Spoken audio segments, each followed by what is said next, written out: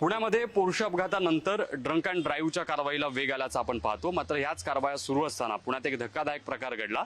मी सध्या ज्या पोलीस स्टेशनच्या समोर उभा आहे। खरं म्हणजे हे फरसखाना वाहतूक विभागाचं कार्यालय आहे आणि या कार्यालयात काल धक्कादायक प्रकार जो घडला, ज्यामध्ये एक महिला वाहतूक पोलीस कर्मचारी आणि एक वाहतूक कर्मचारी यांच्या अंगावर पेट्रोल ओतून जाळण्याचा प्रयत्न झाला।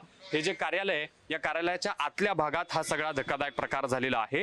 जो आरोपी दारू पिऊन गाडी चालवत होता, त्याला पकडून जेव्हा या ठिकाणी आणलं गेलं, तेव्हा याच ठिकाणी पोलिसांची नजर चुकवून तो बाहेर गेला आणि त्यानं ज्वलनशील पदार्थ जे आहेत ते आणले आणि इथेच जे पोलीस अधिकारी उपस्थित होते त्यांच्यावर जे पेट्रोल आहे ते ओतून त्यांना पेटवण्याचा प्रयत्न केल्याची धक्कादायक घटना समोर आलेली आहे। या सगळ्या प्रकरणाच्या नंतर या आरोपीला अटक देखील करण्यात आलेली आहे।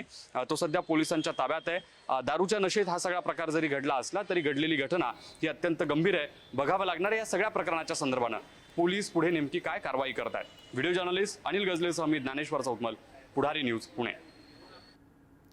तर यावर पोलिसांनी नेमकी काय प्रतिक्रिया दिलेली आहे पाहूयात।